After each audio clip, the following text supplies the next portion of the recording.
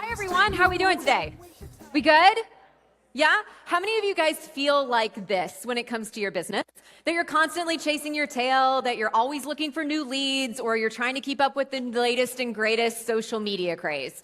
Do you feel this way sometimes? A little overwhelmed, a little unsure what marketing scheme you should use to bring in new people to your facility or your coaching program? Yeah? What if I told you there was an easier way? That actually there were 5 easier ways than trying to keep up with the latest and greatest on social media and instead really attract the clients that you want to work with into your business. Does that sound good? Yeah? Well, good. Hi, I'm Jessica H. Maurer, and as he so kindly said during my bio, I am a fitness business strategist. I help people go from feeling overwhelmed to feeling organized. And just like you, I started in the fitness industry as a personal trainer, as a group fitness coach, and as a manager. I've been lucky enough to move into roles like director of education and director of fitness with companies like BOSU, Fit for Mom, and now I'm at the Mental Wellbeing Association where I am the director of education, which is the coolest job ever because I get to talk about happiness and joy all day long.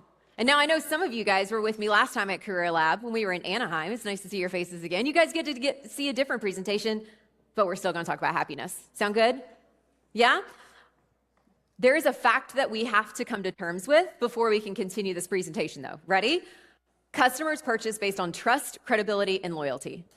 That's it. Those 3 things. Customers purchase based on trust, credibility, and loyalty. They don't purchase based on a sale. They purchase based on, can I trust you as this business or as this fitness professional or as this individual? Can I trust you? That's the first thing that they ask. And so oftentimes we're actually doing a disservice by throwing a bunch of different marketing schemes out there because we're not being consistent. And we're not being consistent, we're breaking that trust factor. They're no longer able to trust us, they therefore do not buy from us, right? Especially now.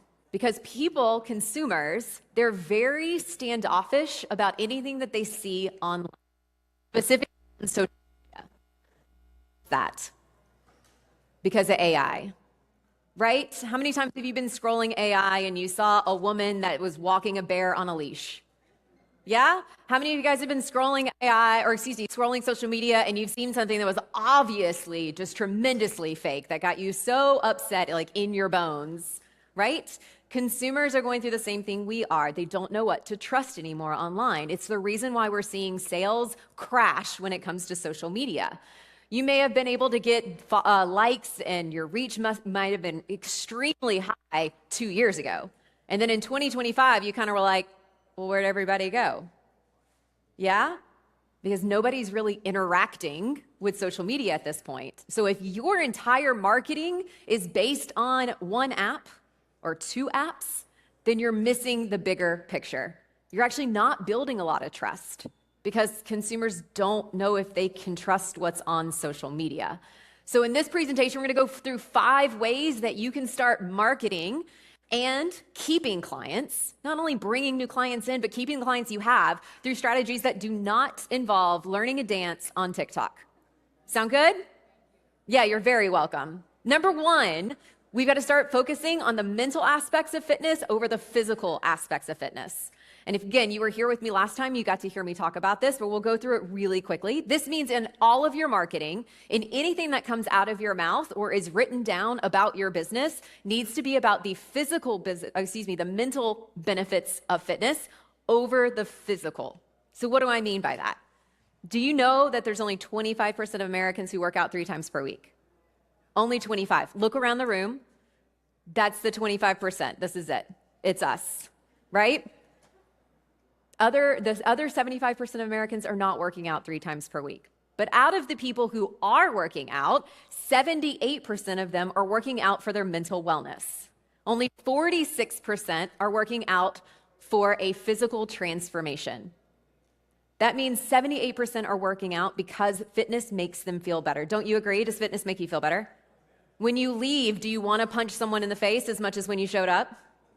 No, except for maybe Michael Piercy. No more slap bets. We know that when it comes to mental health, that we're talking about diagnosable disorders. So right now you might be saying, but I don't work out for my mental health because I don't have a diagnosable disorder. What we're actually talking about when it comes to mental wellness is the difference between happiness and sadness, right? It's talking about moving from flourishing to languishing. It's something everyone has, whether you have a diagnosable disorder or not. So these statistics are showing that people are actually choosing to work out, not for physical transformation, not actually choosing to work out to see the numbers on the scale change. They're choosing to work out to see the things inside of their brain change. They're choosing to work out for the confidence they get from it, from the stress relief they get from it, not because they might lose 2 pounds in 2 weeks.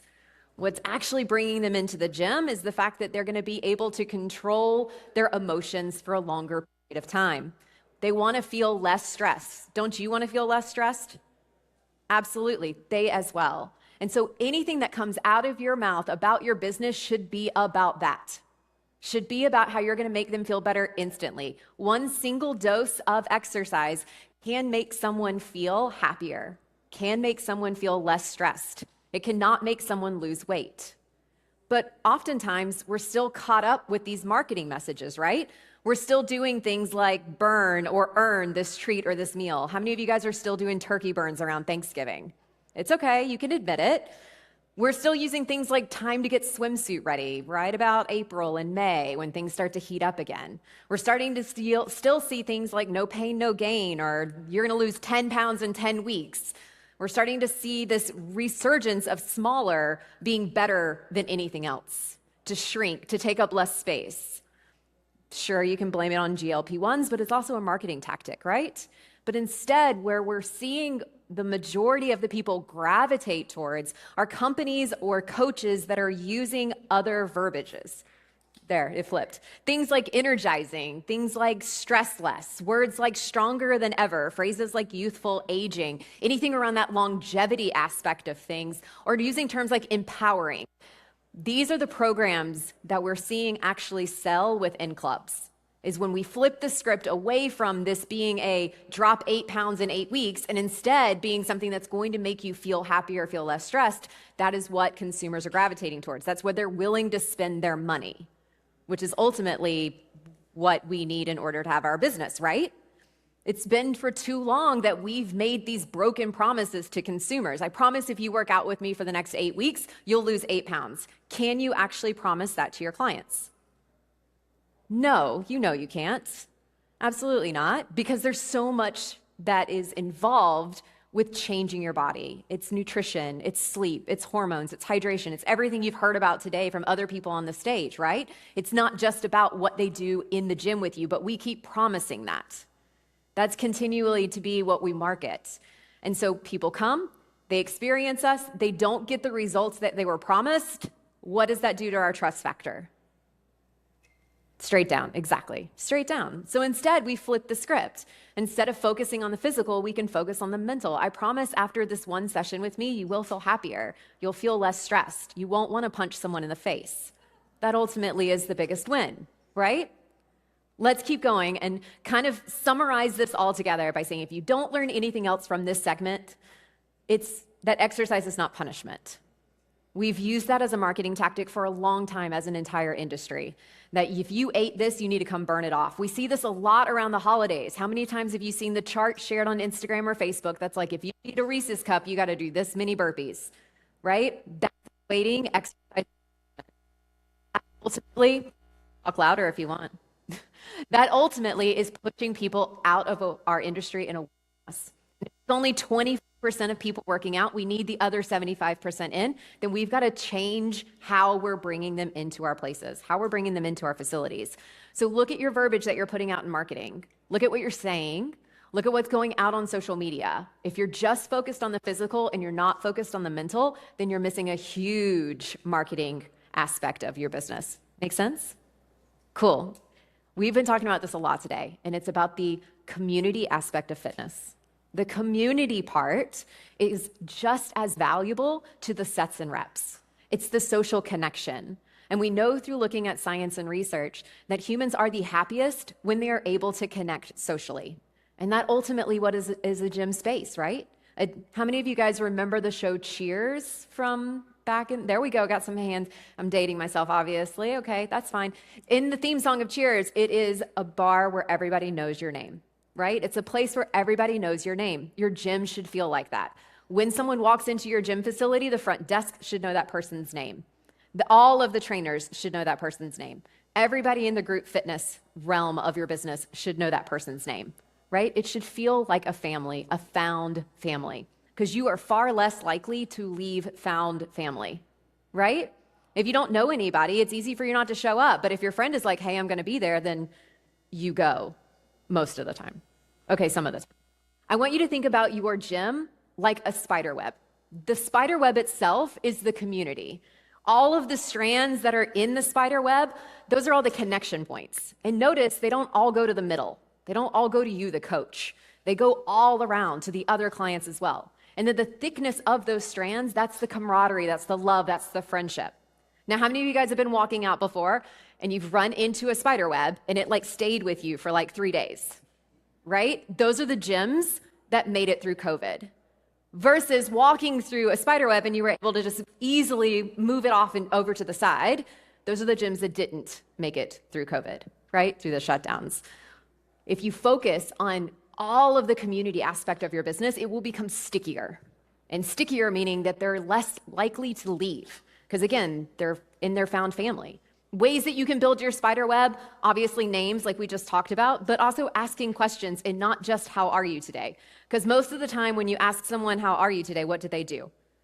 They keep walking or they say good and they keep going, right? We need to get to know them as humans. We need to find out what do they do? What's their living situation like? Do they have pets? Do they have animals? Do they have plants? What's their thing? So that we can ask questions. We get to know them as a person. They're more likely to stay with us. Use gamification tools. Maybe you're going to have an attendance challenge, a group fitness challenge. Maybe you're going to tie in partners, accountability partners, so that people get to know. Let's say that you work at a gym and a new person just comes in and is like, I want to sign up. I'm a mom of twins. And you're immediately like, great, I know another mom of twins and you guys are going to be best friends. Let me introduce you guys. Finding their commonality so that you can put them together. You're essentially matchmaking them to their best friends. You're matchmaking them to their found family. Whether that's another trainer in your gym or that's just your other friend. And then if you really want to strengthen your spider web, you got to celebrate. You got to celebrate everything. You want to celebrate anniversaries, small ones and big ones. You want to celebrate their birthdays. Maybe if you're sending out email newsletters, then you're putting in there, hey, here are all of our January birthdays. If you see these people in the gym, make sure to give them a fist bump. Right? We want to celebrate class milestones. Maybe it's attendance milestone. They've come to 20 classes, 50 classes, 70 classes. How can we start to really amp that up, letting people know the consistency that these other people are going through? Achievement milestones are great. We know this through physical achievements, as well as maybe it's something that they really wanted to accomplish in their life, in their personal life. We can celebrate that with them as well. And then the biggest one at all would be referrals. If somebody likes you enough to bring their friend with them, that's the biggest celebration you should have, right? Because they've liked you enough to say, hey, this is the person I found, you should come meet them. That's a really big deal. So those are the times we should celebrate the loudest and the most in our space. Think about physically, where could you celebrate? Could you put their names up on the wall? So that you've got a line that shows 20 class and you've got one that shows 40 and you've got 60 and 80 and 100 and they just kind of move their names as they go along, or sessions if it's not classes. Can you figure out how to tie it into your email campaigns? That way people actually want to open your emails and you're actually getting an open rate that's higher than 10%, is if we start to incorporate clients into those emails. And then, of course, social media. Maybe someone has done something incredibly. I have a physical accomplishment. We want to celebrate that on social media. Because ultimately, you trust when you see people who are like you. And so if your target demographic is a 50-year-old woman, you should be showing 50-year-old women on your social media. And who better than your current clients who are 50-year-old women? That should be your marketing tactics, so that like sees like, they're more likely to trust it. Remember, consumers purchase based on trust, credibility, and loyalty. So we want them to see our marketing materials, trust our marketing materials, and come in. But this isn't just about your community within your gym facility. This is also about the community as a greater whole. And you should be the mayor of fitness and wellness in your area. I used to work for a company called Fit for Mom. We were pre and postnatal fitness. And the saying was, you needed to be the mayor of Momville. And it's true. In your area, you should be the mayor of health and fitness in your geographical area. If there is a 5K, you should be leading the warm-up. Or someone from your facility should be leading the warm-up at every single 5K that's in your area. Fun run, they call you, right? You should, if you have the time or availability to be interactive with any of your kids' programs, you should do it. You should have your name on their jerseys. You should have a billboard out on their practice fields. You should be going in and teaching them about mobility and stretching. You should be active in your kids' sports. If there's a local podcast or influencer, how can you be on it? If there's a local magazine or publication, how can you contribute content? I know that nobody watches TV news anymore, but there are still TV news channels, and some people watch it, and you should figure out how you can be involved. How can you get in there? How can you be the mayor of health and wellness in your area? What you should be doing, instead of chasing the trends on TikTok or chasing the trends on Instagram, is shaking hands and kissing babies. You should be out in your community meeting as many people as possible, decked out in your clothing, with your car decked out in your branding, shaking hands and kissing babies, because that builds more trust than any TikTok dance you are going to learn. When someone can actually connect with you as a person, they will buy from you much more likely than if you slash your prices and put a flyer up on Facebook. Remember, you are a matchmaker. So you're gonna match them with their found family in your facility, and you're gonna match them to other members of your community that need to serve them. How are you gonna do that? You gotta go meet your community. So getting out there and shaking hands and kissing babies and being the mayor of health and fitness in your area. The next thing that we're gonna, ooh, that went really fast. Oh no, the rest of the slides are not there? Okay, cool. That's, oh well, I'm gonna keep going. Sound good? Okay, that's all right, we don't have the slides, we'll keep going. Now, keep in mind, when it comes to matchmaking, we're not just talking about people, we're also talking about matchmaking to the type of exercise that the person likes to do, okay? So we're gonna create positive experiences.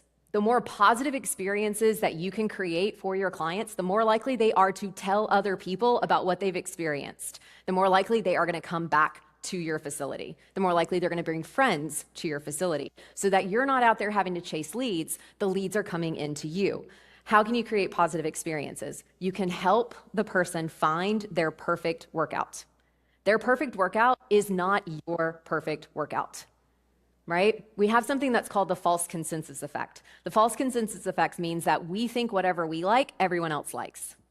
Because I like to lift heavy, everyone else likes to lift heavy. Because I like to run ultramarathons, everyone else is gonna love to run ultramarathons. It's a false consensus effect. It's not real, okay? What people like to do is feel good. People will gravitate towards pleasure. It's called the pleasure principle. Alex, you want to sing it from Janet? Yeah, it's a Janet Jackson song if you haven't heard. But there you go, love it. The pleasure principle means that we will move away from things that make us feel uncomfortable and we'll move towards things that bring us joy. If working out makes you feel uncomfortable, what are you going to do 3 weeks in? Quit. It's the reason why we brought it up earlier that January 15th is National Quit Day. Do you know what that means? That is the day that most people decide that's the last workout they're ever gonna do and they never go back because they haven't found their perfect exercise yet. Because somebody told them they had to do this or you should do this. You have to run in order to be athletic. You have to lift heavy in order to be fit. That doesn't mean anything if you don't enjoy it. So you as a matchmaker, as a fitness professional, your goal is to actually matchmake them to the exercise modality they're going to love, even if it's not something you wanna do. They may actually love aquatics and you hate the pool. You're gonna match make them with the perfect trainer who does aquatics. You may hate to cycle and it's the thing that brings them the most joy. Guess what? You're gonna move them over into the cycle. It does mean that you're gonna give up some clients, but that's okay because they will have felt taken care of. When they feel taken care of and they're moving towards things that are joyful, they're more likely to recommend you and bring other people into your facility. It's the reason should know everyone in your fitness community so that you can give out those referrals. Oh, you really want to go try aerial yoga? I don't teach it, but my best friend down the street does. Go check out this class tomorrow. Make sense? So we're trying to generate positive experience, but you're thinking right now, but Jessica, we know through science that they need to lift 3 times a week and they need to get 150 minutes of moderate exercise. And these are the recommendations, right? We know the science behind it. This is what's really going to make them move better, feel better, lose weight, change their body, et cetera, et cetera. Not if they're never going to do it, right? Does it matter if we know these things and we tell them these things if they're not going to do it? No, they're not going to do it. So instead, who cares if their favorite exercise is Zumba? Let's get them in a Zumba class. Who cares if their favorite exercise is yin yoga? Let's get them in a yin yoga class. We need them moving. Now, once they get into the habit of moving and exercising, then we can start saying, cool, it's the Mary Poppins effect. Now we got to give you a little bit of medicine. We've already dosed it with sugar, but now we're going to give you the little bit of the medicine that you need. Now that you know the gym, you like the gym, you trust me, I can start to work in things I know you probably need, in a way that feels more authentic and genuine and really concerned with making it a positive experience for them instead of us being so egotistical and saying, this is what you have to do, which we sometimes do, right? We think sometimes we know better, but they know their bodies better than we do. So let's let them find the exercise that they like the most. You are the matchmaker. Yeah? Okay, good, thank you. Appreciate it. The next one we're gonna talk about is consistency. We say this all the time as coaches, don't we? You're not going to see a change in a week. Consistency is key, right? We tell them all the time that your Monday through Sunday has to look the same. That's the only way that we see changes. But when it comes to our business, what do? Throw spaghetti at the wall. And we're like, every day is going to be different. Monday, I'm going to do this, and Tuesday, I'm going to do this, and Wednesday, I'm going to do this, and I'm never going to use the same colors, and my Instagram's going to look crazy because I'm just chasing the trends that everybody else is doing in order to get likes and shares and reshares. And then the consistency factor is broken. If your clients were doing that with nutrition and exercise, what would you say to them? Got to be consistent. But we wonder why we're not seeing any business growth when we are not being consistent, when our habits are kind of crazy and off the wall, right? So instead, consistency is key. Knowing what you're going to do on Monday. Monday, this is what it looks like every single time. This is what I put out on my emails. This is the day that I reach out to my leads. This is what my social media looks like. Tuesday, I'm taking it off. I'm too busy. I work from 5 a.m. to 9 p.m. at night. I'm not even turning on my phone. Nothing happens on Tuesday consistently. Then on Wednesday, I know that I'm going to do this on Thursday and Friday, so on and so forth. So consistency is key. For example, if you went to a new bakery in town and it had the most perfect carrot cake cupcake ever, and you were absolutely in love with it, what would you do? You would tell everyone, wouldn't you? You'd call your sister, your mother, your grandma, you'd post it on social media, you'd tell everybody about this new bakery and how amazing it is. And then you go back a week later and they've changed the recipe and it tastes like dirt. Would you ever go back to them again? No, science says you absolutely would not, that your trust had been broken just one time. But we as fitness professionals think that we are immune to that. And that every time someone comes and sees us, we're going to give them a completely different experience. And do they stop coming to us?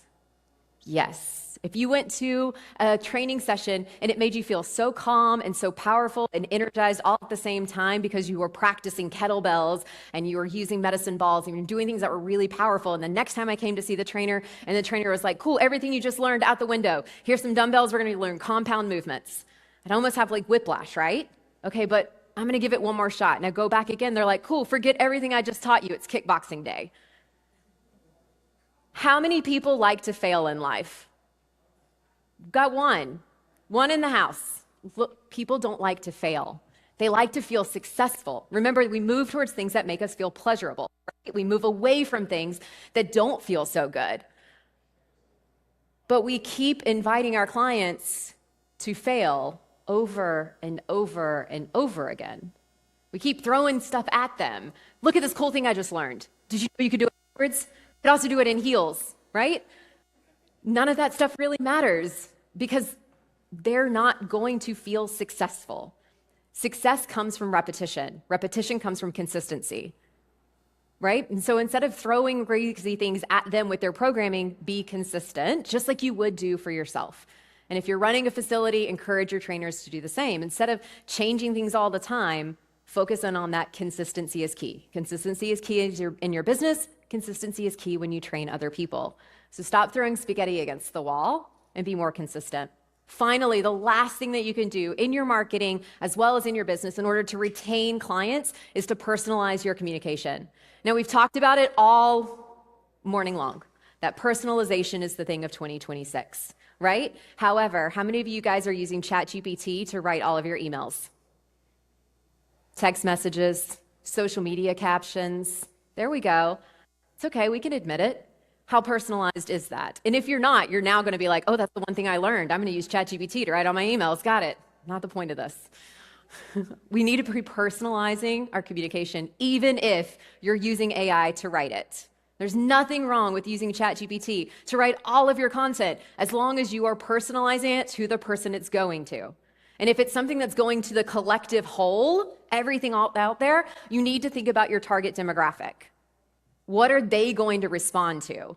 Something to where they're not just getting junk mail or newsletters. No one wants that. Do you want a newsletter right now? How many of you guys are going to websites being like, I'll sign up for that newsletter? Good. The one who likes to fail, she still likes newsletters. Totally fine.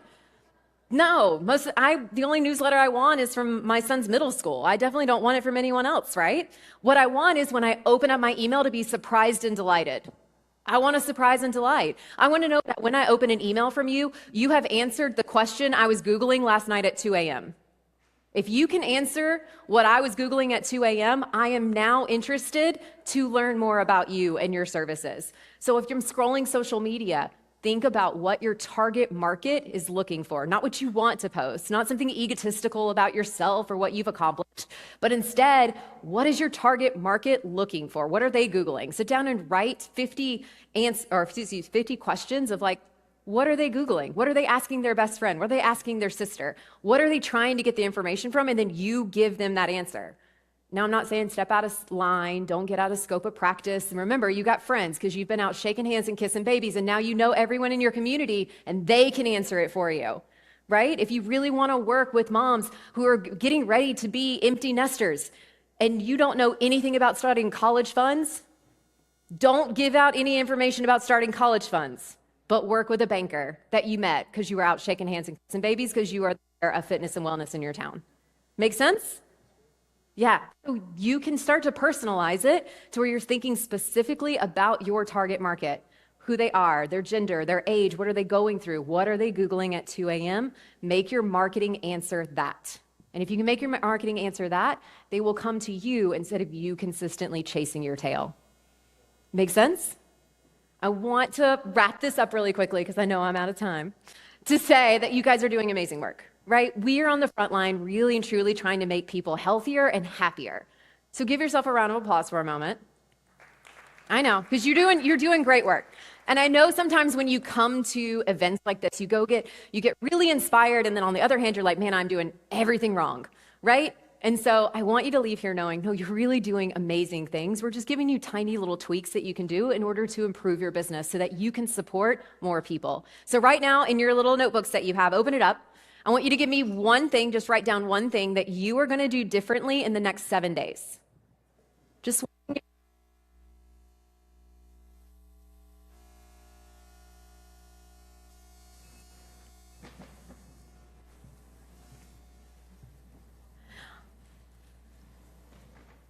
All right, now that you've got that down, on the next line, I want you to tell me something you're going to do differently or you're going to start in the next 30 days. So you've got 7. That was the one that stuck out to you the most. Then 30 days is one that you're like, feels like a little bit bigger, but I can handle it. And then your last one is 90 days. What are you going to change or do differently in your business in the next 90 days? What is it? And you've just made the commitment to yourself, and now you have to do it. Everybody, I'm Jessica H. Maurer.